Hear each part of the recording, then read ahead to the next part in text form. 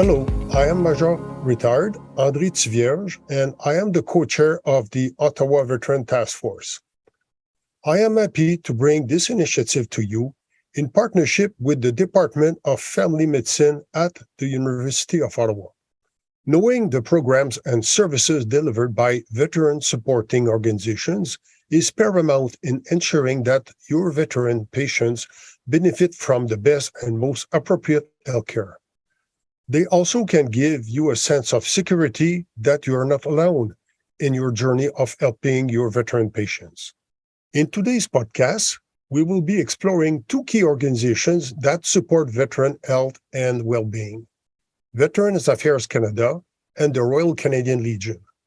The purpose of this session is to familiarize you with their respective roles, programs, and benefits to which your veteran patient may be entitled. Hopefully, you'll begin to gain an appreciation of the large ecosystem of resources available to veterans and be better equipped to advocate for their needs or refer them to the appropriate organizations or services. Our guest speakers today are looking forward to sharing with you their wide range of experience and expertise. Thank you and enjoy today's episode. I'm Dr. Brent Wolfrom. I'm a family physician currently practicing in Kingston with Queen's University. I'm also a veteran myself. I've served with the regular force and am now a member of the Canadian Forces Reserves. And I have a particular interest in veterans' health and have a large veteran population within my practice. So my name is Richenback, and I'm a case manager at Veterans Affairs Canada. I've been with Veterans Affairs since 2015. I am a registered occupational therapist and worked both in hospital and community and private practice prior to coming to Veterans Affairs. Could you describe what the role of Veterans Affairs Canada is? Yes, so the mandate of Veterans Affairs is to support the well-being of veterans and their families.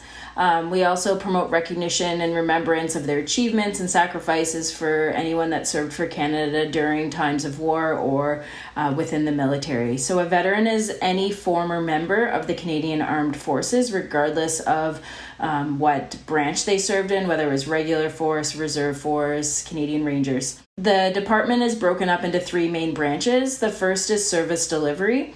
This branch is the one responsible for delivering programs as services. It's what we work in as case managers. We provide both social and economic support to veterans as well as their other clients and their families.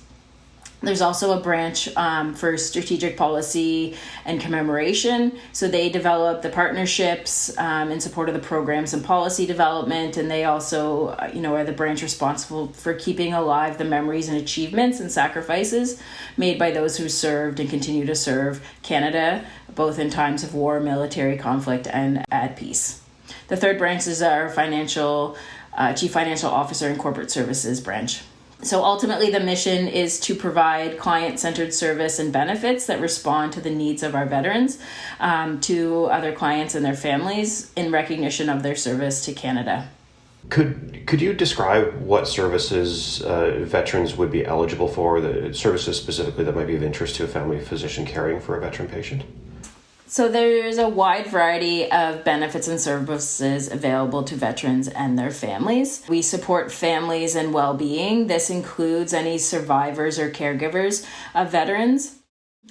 We invest in education and training, so helping support in post-service life. There is some money towards education that they can use and career transition. We help to ensure financial security, so there is an income replacement benefit that's attached to our rehabilitation program. There's also an emergency fund available for people that have emergency situations and don't have any other means in which to pay for those things. We help facilitate access to healthcare services. This is one of our largest programs, is our treatment benefits, support health and well-being through those treatment benefits, which would include such things as physiotherapy, psychological treatment, access to medications, equipment, those types of things. We do a lot around promoting mental health, so providing compensation and access to counseling for service-related conditions. There's a new program benefit. Anyone that applies for disability benefits for depressive disorder, anxiety disorder, trauma disorder actually gets access to treatment benefits immediately for 2 years while their decision is waiting to happen, so that they can have that direct access. So this would include counseling, access to medications as well. We have a VAC assistance line, which is a toll-free confidential line that's open 24 hours a day, 365 days a year, that veterans and their families can access. And then we have a focus on rehabilitation. So we have a rehabilitation program that focuses on medical, psychosocial, and vocational needs related to their service-related conditions. Something family physicians may see a lot of is requests to complete medical questionnaires related to disability benefits. So I just want to explain what disability benefits are. Disability benefits are financial recognition of a service-related injury or illness. It's a tax-free financial payment that is provided to veterans. How much they receive depends on the degree of the condition, how much it's related to service, and then the severity of the condition, and the impact on their quality of life.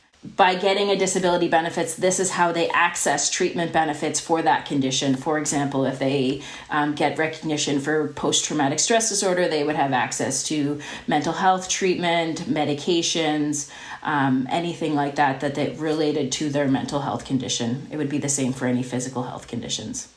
Veterans Affairs certainly takes a very holistic approach to well-being and supports veterans in a variety of realms, be it financial, social, healthcare, and others. Can you clarify, does Veterans Affairs deliver healthcare directly, or does Veterans Affairs fund and help facilitate the delivery of healthcare to veterans?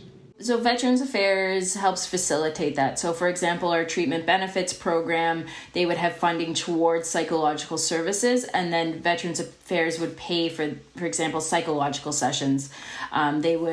So all of our treatment benefits are run through Medivie Blue Cross, so through the insurance company, and that the veterans would have a card that they use to access those treatment benefits. So for example, they would give that card at the pharmacy to have their medications covered. Their providers would bill Blue Cross directly for their sessions, whether it's physio or psychological services, if they have those treatment benefits in place. As a physician treating a veteran patient, how would I access these additional services for my patients, or how would I advise them to access the services directly? Would that be through a case manager, or would it be through another mechanism at Veterans Affairs? So the first thing would be to encourage your clients to call VAC directly. We have a toll-free number that is available between 8:30 and 4:30 Monday through Friday. We have veteran service agents who man the phones, and their job is to complete a screening form in order to determine their level of need. So then we provide them with a service to match their level of need. So sometimes it's just a one-off thing that they need help with. Sometimes they may need a little more assistance, and sometimes they may even need what we call case management services. So that screening is to determine the level of need and allow us to do that.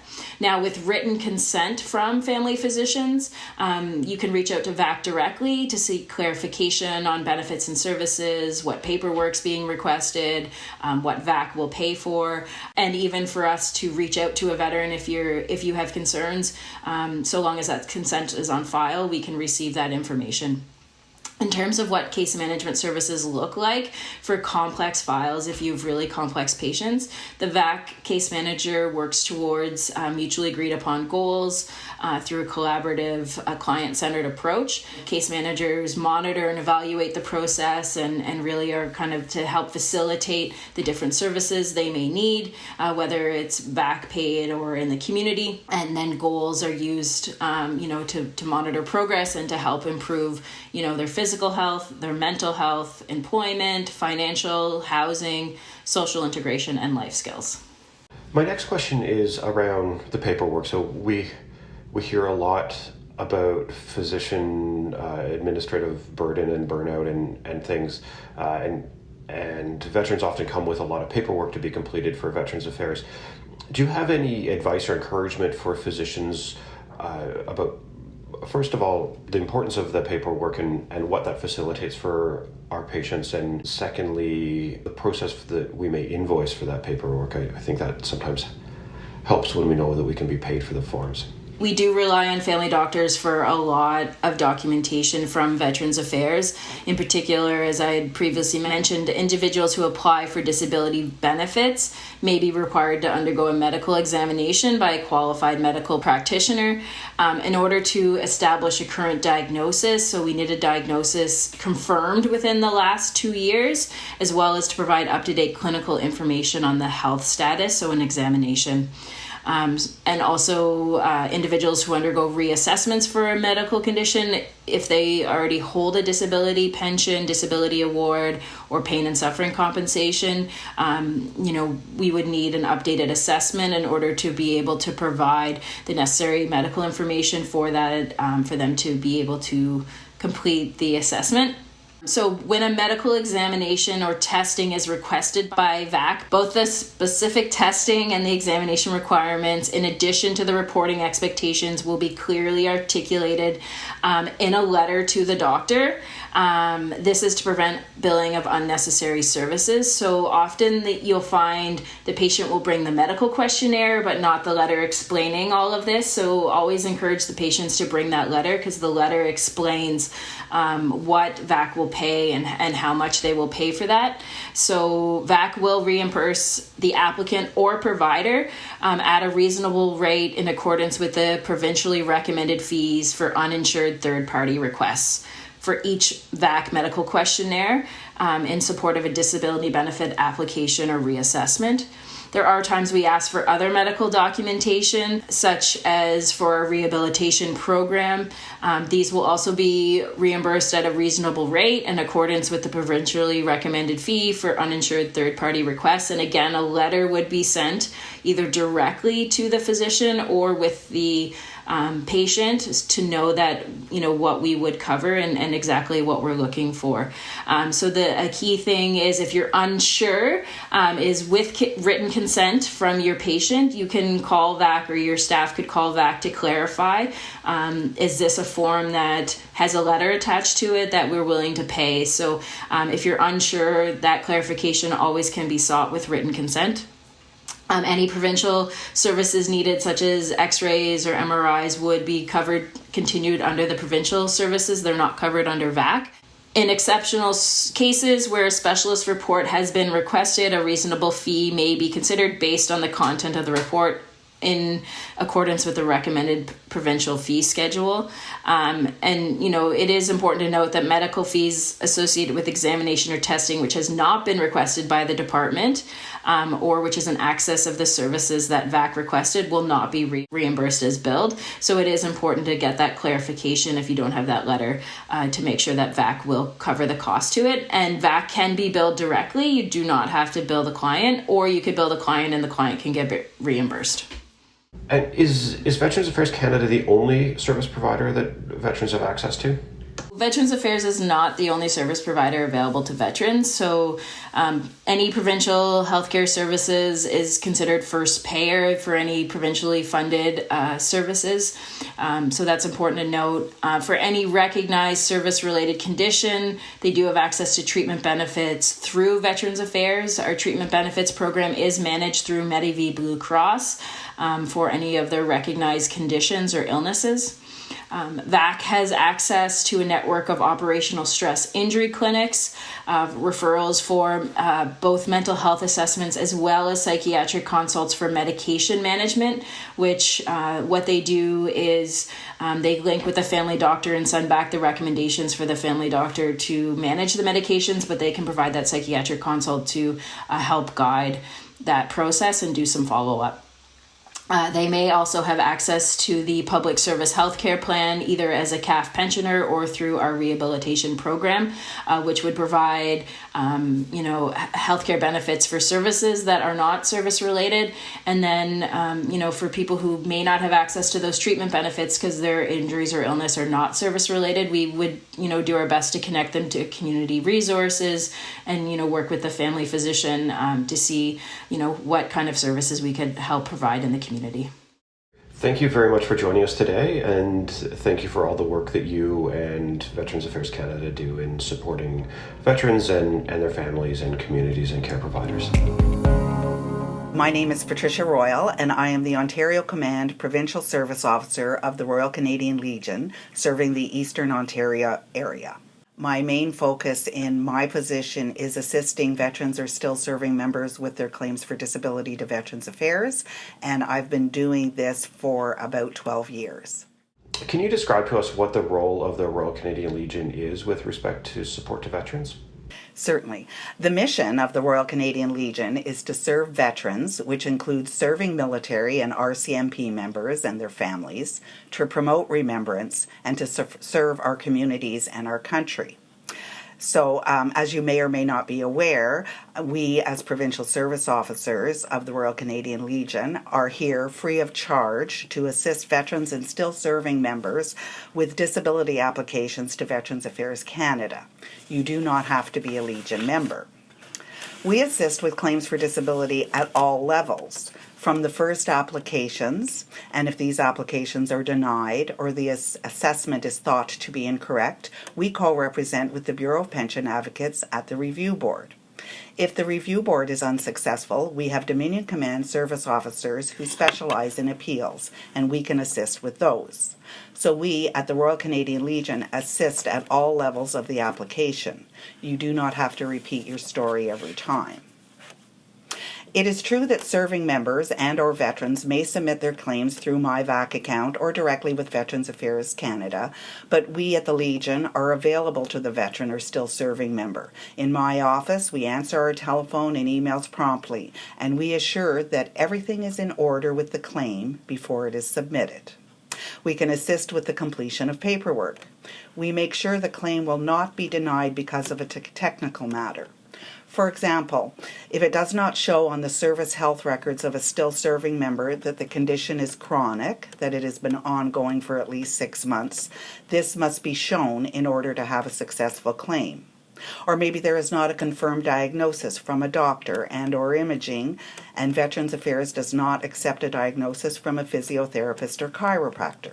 These are just a couple of examples of why claims can be denied.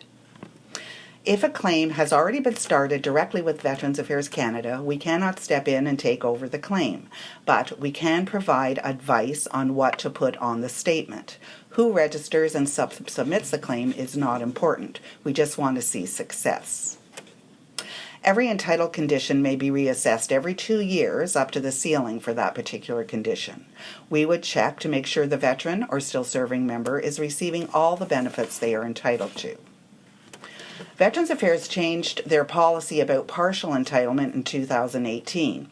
So that is when someone receives partial entitlement for a claim they submitted. Veterans Affairs feels that the military is partially responsible for the problem the veteran or still serving member has, but other issues, not military related, contributed to the problem.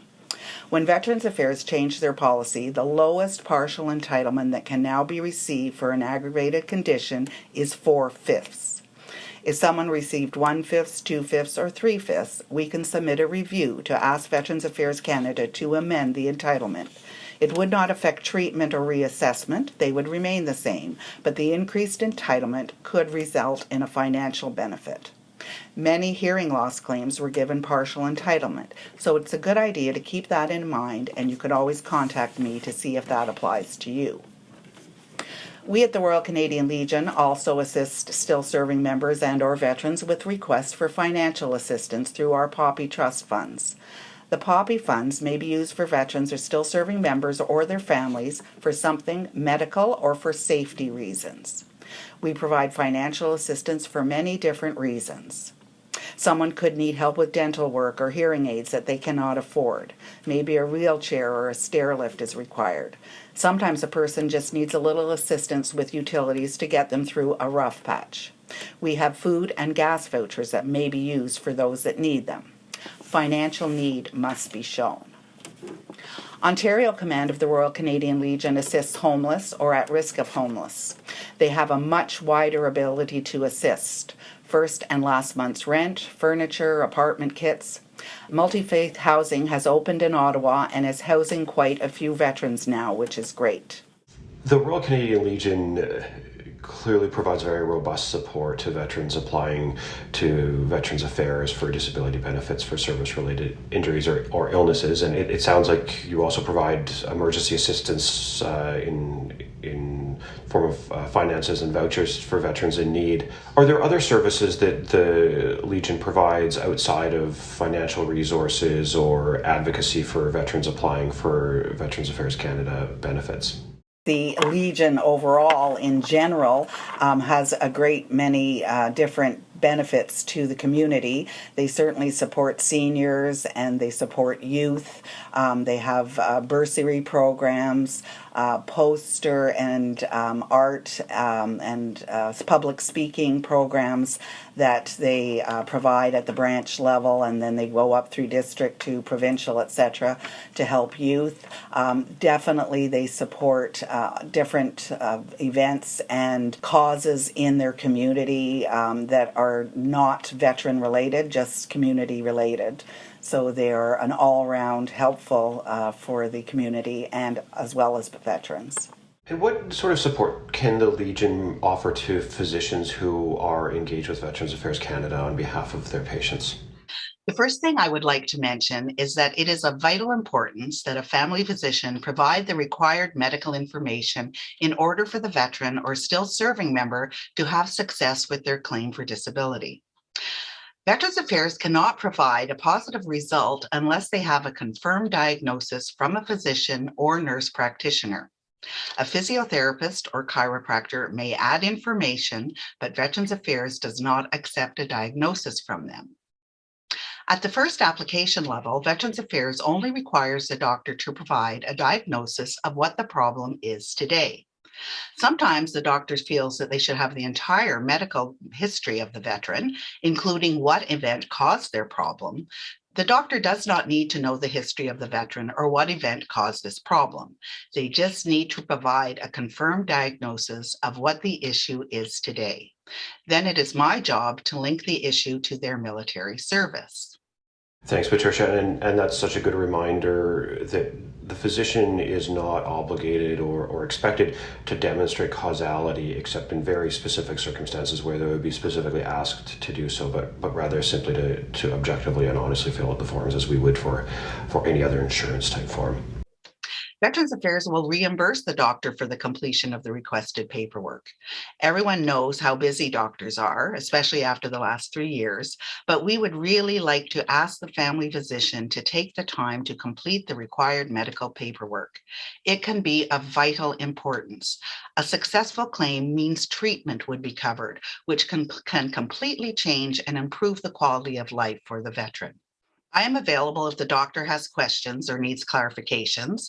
We at the Legion would do our best to assist. We will try our best to ensure that all veterans and still serving members have successful claims for the disabilities they have due to their military service. If you had an opportunity to provide advice to family physicians caring for veteran patients, is there anything that you would like us to know?